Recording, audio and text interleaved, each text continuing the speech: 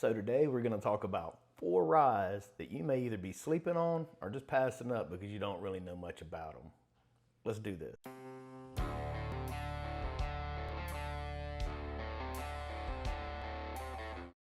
All right, so today we're going to talk about 4 ryes that before I knew about them, I didn't know about them. So I was passing them up. I saw them on the shelves, didn't think a thing about them, right? The labels didn't appeal to me. So as people would introduce me to them, a lot of the stores that you go to will allow you to sample. I'm a sucker for that. You can go in, sample it. If you like it, obviously I'm leaving there with a bottle or two, right? But that's where I've learned about some of these labels that I didn't know about. And another cool way of doing that is like through bottle shares. We've got groups of guys, we get together, we share bottles. I'll bring a couple, they bring a couple. And you just make lists of things that you like and things that you don't like.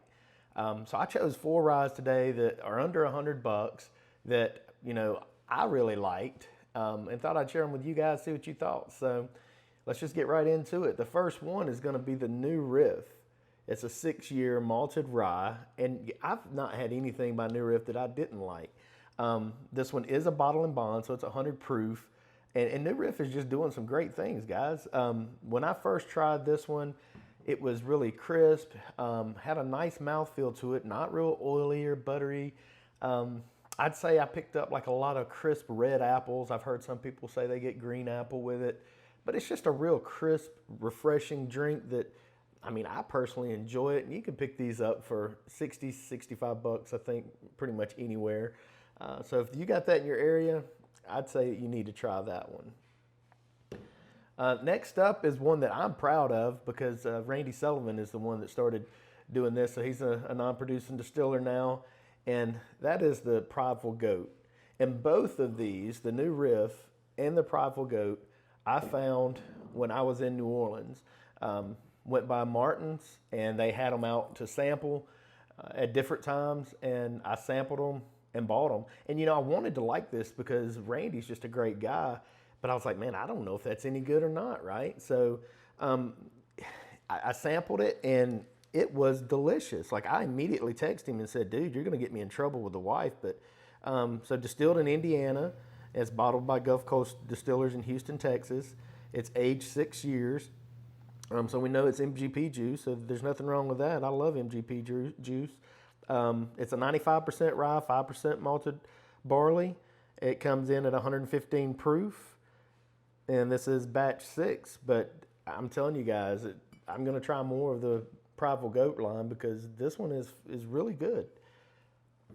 Next up is one that I learned about at Spillway, and so they had done a pick on it, and Josh told me, he's like, man, people are sleeping on this. He's like, it's been on my shelf for a little while, and unrightfully so, because this juice is phenomenal. Now, you are going to pay closer to 80 bucks for a bottle like this, and maybe you could get it a little bit more affordable if it wasn't a pick, but Josh and them do some phenomenal picks, so I don't mind paying for it. But RY3 is just putting out some great stuff. This is a private reserve barrel select. It's a rum cask finish, cask strength. It comes in at almost 120 proof, just shy of 120 proof, 119.8. And you can see there it's got the Spillway sticker on there. But anyway, so Rye 3 is a special blend of 3 phenomenal whiskeys, carefully handpicked mash bills, 3 distinctive age statements, and are meticulously blended. That's something that really blows my mind, is these guys that can do all these different blends and hit home runs. When I tried this at Spillway, I was blown away, and I walked away without it because I had bought so many other things that day. So next time I thought I would vaguely be in the vicinity, I ran up there and got this bottle, and I can't wait to crack it open. It's absolutely delicious. And the last one, you guys may know about this, and you may not. You may be sleeping on it as well, because I was too. And I've had this bottle for a little bit, and my bottle's not open, but a buddy brought one by the other day and shared it with me, and I've tried it at Harry's at Rome Liquor. But the Jack Daniel's single barrel proof rye, man, anything single barrel proof by Jack Daniel's is, grab it. If you don't have one on the shelf, grab it, because you need that.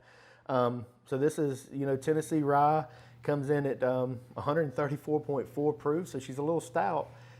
Wouldn't say that that's a beginner's juice, but man, it is so flavorful. It's delicious.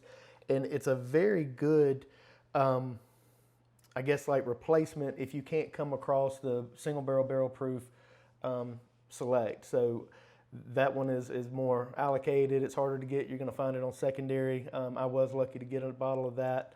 And then some of the Heroes ryes that are out as well are a little harder to get. You can get those on base, and those are just a step up. I believe they're all Coy Hill, Rickhouse stuff. But I mean, these are just 4 ryes that for me have to be on my shelf. And I'm glad that I learned about them, because I didn't know about New Riff. I didn't know about Prideful Goat. I didn't know about RI3. And I was honestly turned off by Jack Daniels from my younger days, right? So you can remember the younger days of just drinking to get from point A to point B, and maybe you got sick from Jack Daniels and didn't ever want it again.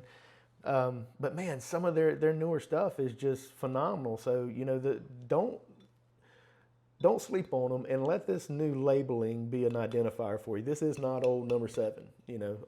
So anyway, I hope that helps you guys out, man. I'm a rye guy. I don't know if you guys like rye or not, but if you don't and you want to try one that might be an entry level for you, this New Riff right here does not drink like a stout rye, doesn't have some of those notes that people don't like about rye, and it doesn't hit you in the face with that rye spice. So anyway, until the next time, let the friendship and whiskey flow. Cheers.